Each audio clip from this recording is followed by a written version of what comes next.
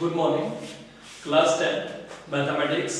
Topic हमारा वही चल रहा है, pair of linear equations in two variables. तो उसकी एक्सरसाइज है हमारी 3.3। उसका फर्स्ट पार्ट हमने कल कर लिया था, आज 3.3 का सेकंड पार्ट है, जिसमें सब्स्टिट्यूशन मेथड लगा रहे थे, दो इक्वेशंस बन रही थी ना। वैसे ये क्वेश्चन है, the larger of to supplementary angles exceed by the smaller one by 18 degree, find them. हमारे पास दो एंगल्स है और वो एंगल्स कैसे हैं, सप्लीमेंट्री, और उनमें जो बड़ा वाला एंगल है वो छोटे वाले से एक्सीड कर रहा है, मतलब ज्यादा है। कितना? 18 डिग्री। मतलब छोटे वाले एंगल में हम 18 प्लस करेंगे तो वो क्या बन जाएगा, बड़ा वाला एंगल। और यहाँ पे टर्म है सप्लीमेंट्री। पहले सप्लीमेंट्री क्या होता है? Two angles are said to be supplementary if its sum is 180। दो एंगल जिनका सम कितना हो 180, उनको हम बोलते हैं सप्लीमेंट्री एंगल्स। वैसे ही होते हैं कॉम्प्लीमेंट्री एंगल्स। कॉम्प्लीमेंट्री एंगल्स कैसे होते हैं? जिनका सम कितना हो 90। मतलब दो एंगल्स जिनका सम अगर 90 हो तो वो होते हैं कॉम्प्लीमेंट्री एंगल्स, और जिनका सम 180 हो उनको क्या बोलते हैं, supplementary angles. Two angles whose sum is 180 degree और कॉल्ड सप्लीमेंट्री एंगल्स। वैसे ही पहली कंडीशन हमारी आ गई, ये सप्लीमेंट्री एंगल्स है, मतलब दोनों को प्लस करेंगे कितना होना चाहिए, 180 डिग्री। और सेकंड कंडीशन क्या दी है, जो उनमें बड़ा वाला है वो छोटे वाले से 18 डिग्री एक्सीड कर रहा है। एक्सीड मतलब ज्यादा है। सॉल्यूशन, दो एंगल्स ले लेंगे हम। Let x and y be two angles। फिर उसके बाद सच दैट हम मान लेते हैं x वाला बड़ा है किससे, y वाले से, या y को हम बड़ा रख सकते हैं। चलो हमने x को रख लिया, तो according to first condition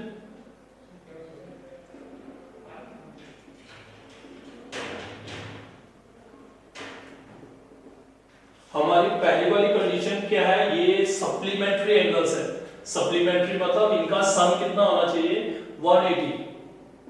x plus Y equals to 180, ये अगली पहली।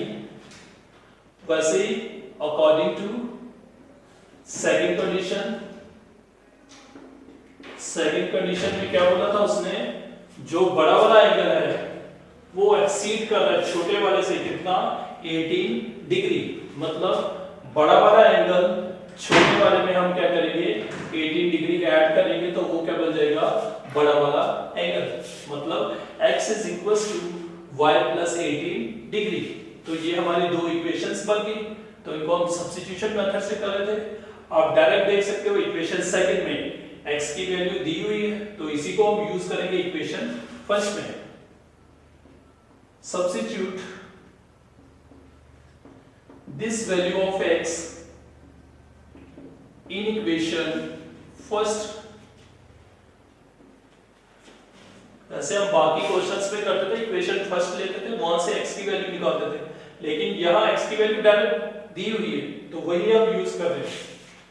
पहले फर्स्ट लिख ली x, इस x की जगह क्या लिखना है आप, y प्लस 18 डिग्री प्लस ये वाला y equals to 180। 5 plus y बन जाएगा 2y। 180 माइनस 18 डिग्री, 18 डिग्री को शिफ्ट कर दिया, 2y इक्वल्स टू, इनको आप माइनस कर सकते हो तो ये आ जाएगा 162। तो y 2 मल्टीप्लाई कर रहा है, दूसरी साइड शिफ्ट करोगे तो डिवाइड। 182 को जब 2 से डिवाइड किया तो आ गया 81।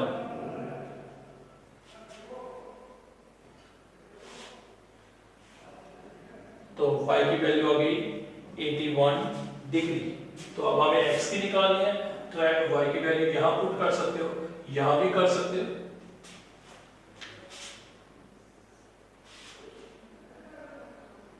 Now put y equals to 81 degree in equation second, x is equals to y plus 18, y की जगह आप पुट कर लेंगे वैल्यू 81 प्लस 18 डिग्री, तो आ जाएगा 99 डिग्री। तो देख सकते हो एक एंगल हमारा आ गया 99 डिग्री, दूसरा आ गया 81, दोनों को प्लस करके देख सकते हो आप, 99 और 81, तो ये आ जाएगा 10 1 कैरी 180, तो सप्लीमेंट्री बन गया। तो जो बड़ा वाला एंगल है, छोटे वाले में अगर 18 प्लस करें, छोटे वाले ये छोटे वाले में 18 प्लस करो तो बड़ा वाला एंगल बन जाता है। तो हेंस द एंगल्स आर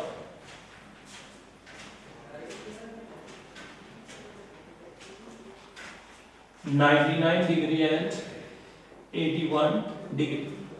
एक मिनट दोबारा देखते हैं इसको। The larger of two supplementary angles exceed the smaller one by 18 degree. Find them.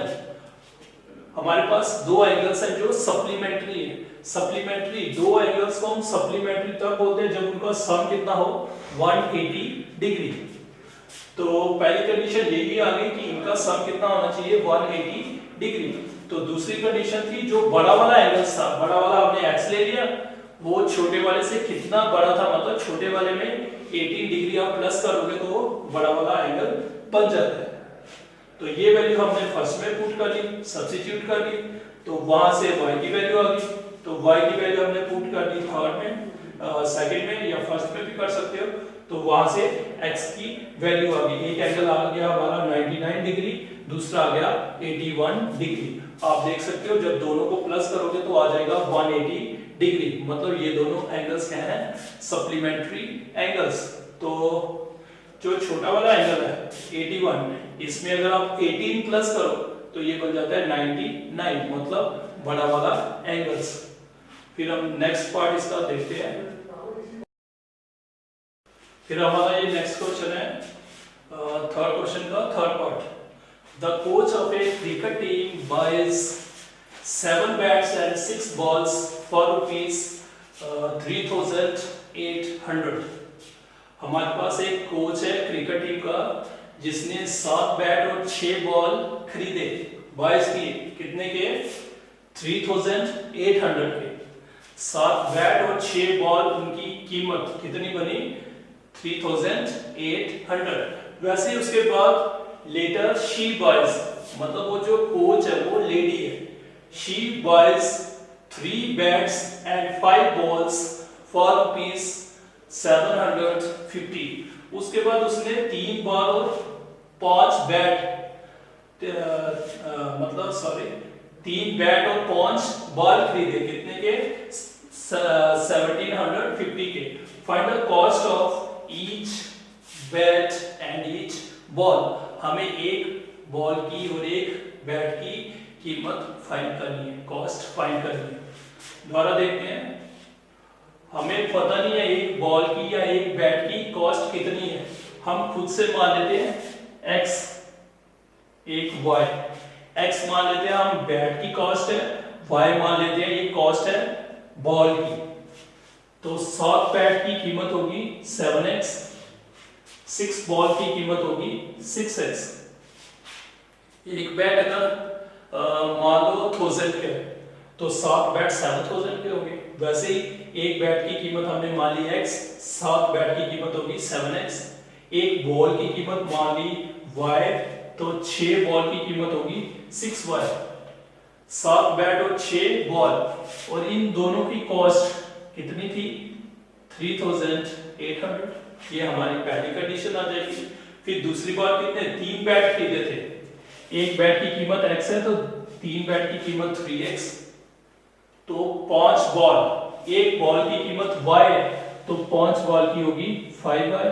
तो जब इनको प्लस किया, कॉस्ट, इनकी कॉस्ट बनी 1,600। 1750 या फिर 1750। ये अभी पहली कंडीशन, ये अभी दूसरी कंडीशन। एक बार दोबारा देखते हैं। एक कोच है क्रिकेट टीम की जिसने 7 बैट और 6 बॉल खरीदे 3800 के। फिर उसके बाद उसने दोबारा 3 बैट और 5 बॉल खरीदे 1750 के। हमें कॉस्ट निकालनी है एक बैट और एक बॉल की। तो बैट की हमने रख ली x, बॉल की रख ली y। 7 बैट की कॉस्ट होगी 7x, 6 बॉल की होगी 6y। दोनों की कीमत ऐड की तो ये बन गया। वैसे ही 3 बैट और 5 बॉल की कीमत ये आ गई। तो ये हमारी पहली कंडीशन बन जाएगी, ये दूसरी। तो देखते हैं। Let the cost of 1 bet equals to rupees x and the cost of 1 ball equals to rupees y. According to question, दो कंडीशंस थी हमारे पास। पहली आ गई 7x plus 6y equals to 3800। वैसे ही दूसरी आ जाएगी and 3x plus 5y equals to 1750। ये आ गई सेकेंड। तो सब्स्टिट्यूशन मेथड लगा रहे हैं, तो करेंगे फ्रॉम इक्वेशन फर्स्ट।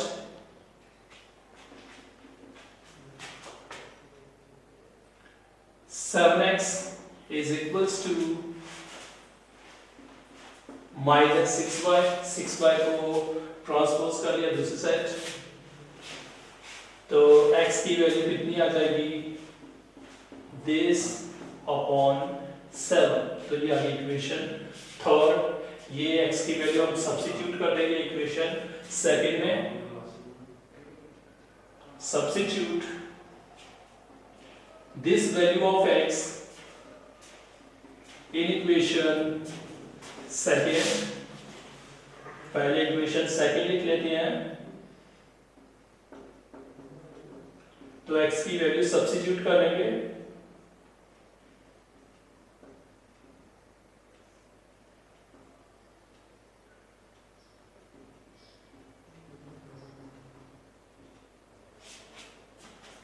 ये सेम। तो x की वैल्यू निकाली है, थोड़ा इसको और सिंपलीफाई करेंगे।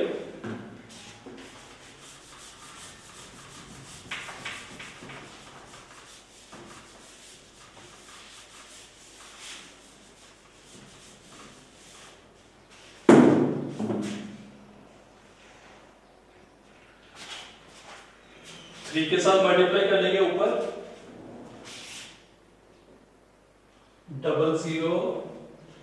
0024 minus 18y upon 7 plus 5y। 5y के नीचे कुछ नहीं है तो 1 इज इक्वल्स टू 1750। यहाँ पे हम क्रॉस मल्टीप्लाई करेंगे, 1 के साथ इन दोनों को मल्टीप्लाई, 7 के साथ 5y को मल्टीप्लाई। तो 1 के साथ मल्टीप्लाई करोगे तो सेम ही रहेगा। 7 को 5 से किया तो 35 upon 7 on the 7। Cross multiply हो गया, is equals to this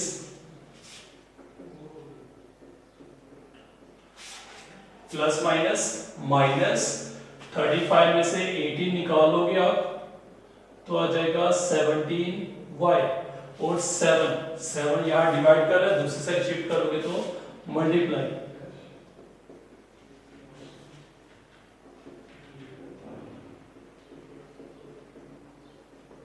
multiply कर सकते हो आप 0 35 3 कैरी 52 5 कैरी, तो ये आ गया। तो ये वाली टर्म उधर शिफ्ट करेंगे। 17y is equals to 12,250 minus 11,400। Minus कर सकते हैं आप। 12 में से 4 निकालोगे तो 8, फिर 17 मल्टीप्लाई कर रहा है तो दूसरी साइड शिफ्ट करोगे तो डिवाइड 850 अपॉन 17, 17 वन 17, 17 50 से आ जाएगा 850, तो y की वैल्यू होगी 50. Put y equals to 50 in equation third. Equation third ये रही हमारी, x is equals to 3800 minus 6 into y की वैल्यू 50 upon 7. 3800 minus 300 upon 7.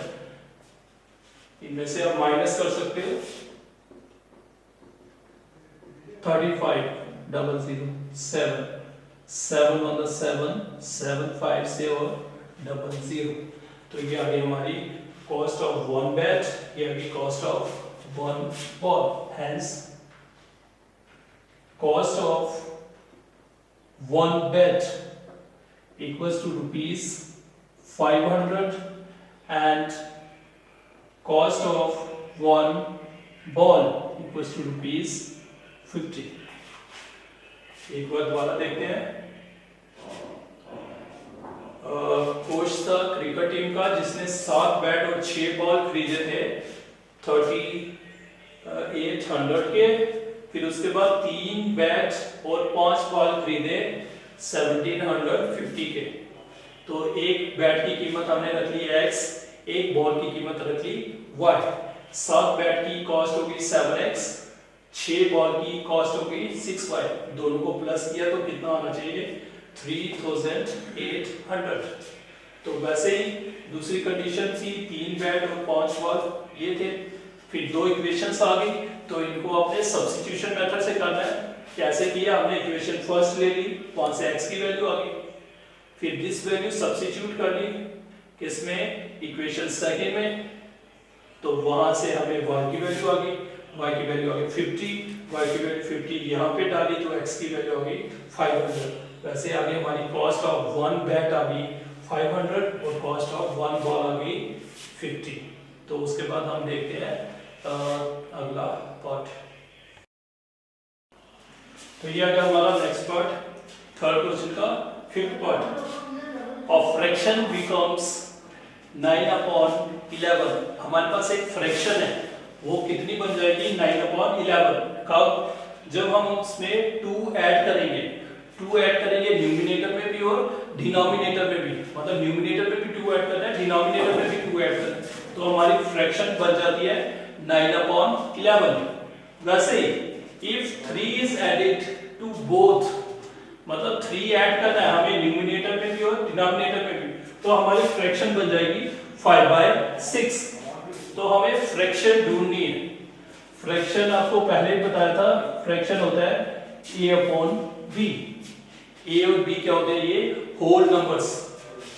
यानी फ्रैक्शन a और b ये क्या होते हैं, होल नंबर्स. और b is not equals to 0. ये फ्रैक्शन है. तो p/q वो है हमारे रैशनल नंबर. ये p और q वहां पे क्या होते हैं, इंटीजर्स. लेकिन फ्रैक्शन में ये क्या होते हैं, होल नंबर्स. ये थोड़ा डिफरेंस है रैशनल नंबर और फ्रैक्शंस में. तो हमारी फ्रैक्शन अगर हम उसके न्यूमिनेटर में 2 ऐड करेंगे और डिनोमिनेटर में भी 2 ऐड करेंगे तो वो बन जाएगा 9/11. तो दूसरी कंडीशन बोली है न्यूमिनेटर और डिनोमिनेटर दोनों में 3 ऐड करना है, तो वो बन जाएगी 5/6. हमें फ्रैक्शन ढूंढनी है. तो हम पहले फ्रैक्शन बुक से लेके चलते हैं. Let the fraction B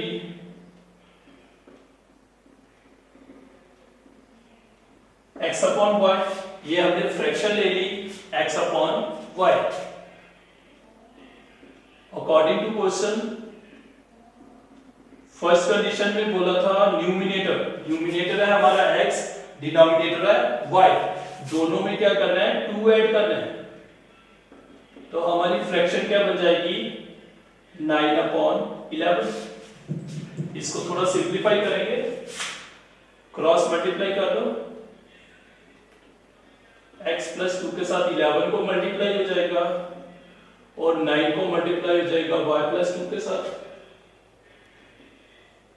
11x plus 22, 9y plus 18। थोड़ा और सिंप्लीफाई करेंगे।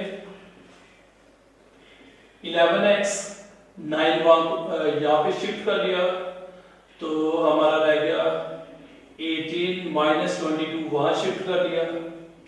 11x minus 9y equals to -4।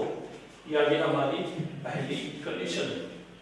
वैसे ये दूसरी में क्या ऐड करना था? 3 ऐड करना था, न्यूमिनेटर में भी और डिनोमिनेटर में भी।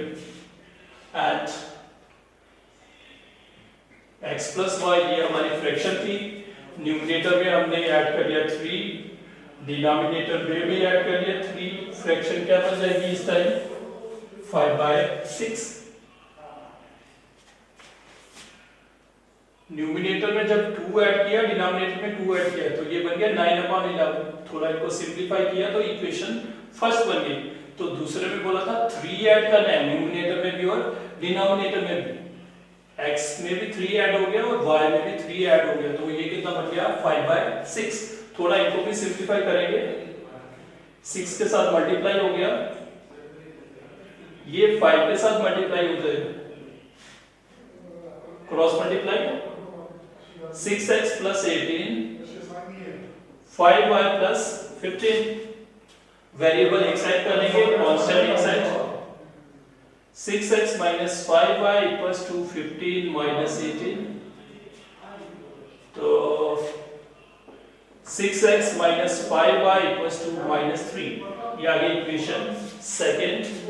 फिर इन दोनों इक्वेशंस को हम सॉल्व करेंगे, वैसे ही सब्स्टिट्यूशन मेथड लगाएंगे।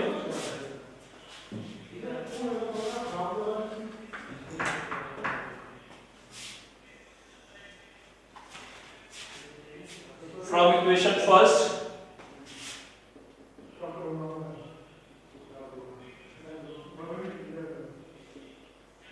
(11x) is equals to -4 plus 9y। 9y को शिफ्ट कर लिया, माइनस था तो प्लस हो जाएगा। x is equals to -4 plus 9y upon 11। तो ये बन गई हमारी थर्ड। इसको हम सब्स्टिट्यूट कर लेंगे इक्वेशन सेकंड में।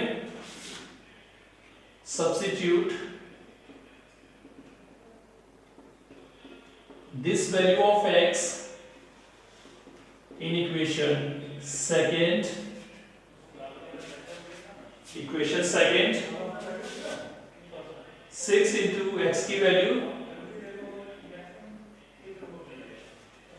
minus 5y equals to -3। 6 के साथ मल्टीप्लाई कर लो ऊपर, -24 plus 54y upon 11 minus 5y equals to -3। इस 5y के नीचे कुछ नहीं है तो 1, यहाँ पे क्रॉस मल्टीप्लाई द्वारा हो जाएगा। -24 प्लस 54y माइनस 5 को 11 से किया तो 55y upon 11 equals to -3। 11 into 1 तो 11, -24 प्लस माइनस माइनस तो आ जाएगा y। 11 डिवाइड कर रहा है तो वहां मल्टीप्लाई कर देगा।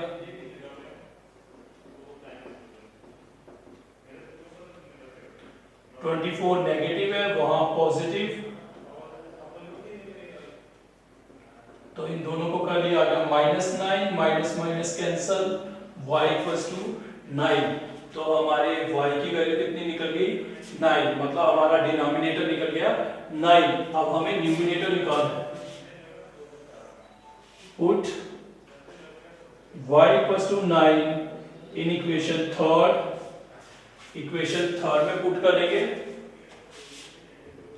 x is equals to -4 plus 9 into y की value 9 upon 11। x is equals to -4 plus 81 upon 11, 9 9 the 81। तो x is equals to 77 upon 11, तो ये आ जाएगा 7 से। तो देयरफॉर फ्रैक्शन क्या थी हमारी x अपॉन y, x की वैल्यू होगी 7, y की वैल्यू होगी 11। तो देख सकते हो, थोड़ा चेक भी कर सकते हो आप। हमारी फ्रैक्शन निकली 7 अपॉन 9। जब आप इसमें 2 प्लस करोगे न्यूमिनेटर में भी और डिनोमिनेटर में भी, तो ये बन जाएगा 9 अपॉन 11। तो जब आप 3 प्लस करोगे इसमें, तो ये आ जाएगा 10 अपॉन 12, 2 के टेबल में 5 अपॉन 6। तो ये आ गया हमारा आंसर। तो हमारी फ्रैक्शन हमें ढूंढनी थी, फ्रैक्शन हमने ले ली x अपॉन y, न्यूमिनेटर और डिनोमिनेटर में 2 ऐड कर लिया तो बन गया 9 अपॉन 11। इनको सिंपलीफाई कर दिया, इक्वेशन फर्स्ट बन गई, क्रॉस मल्टीप्लाई। तो वैसे ही 3 ऐड किया तो बन गया 5/6। फिर हमने क्या किया, इनको दोबारा सिंपलीफाई किया तो हमें इक्वेशन सेकंड मिल गई। फिर इक्वेशन फर्स्ट और इक्वेशन सेकंड को हमने बाय सब्स्टिट्यूशन मेथड से सॉल्व करना है। तो सॉल्व किया तो हमें y की वैल्यू भी आ गई, x की वैल्यू भी आ गई, फ्रैक्शन आ गई 7 अपॉन 9। तो ये हमारा था 5th पार्ट। वैसे ही 6th पार्ट भी ऐसे ही है। तो कल हम दूसरा मेथड ट्राई करेंगे, elimination method. Okay students, thank you.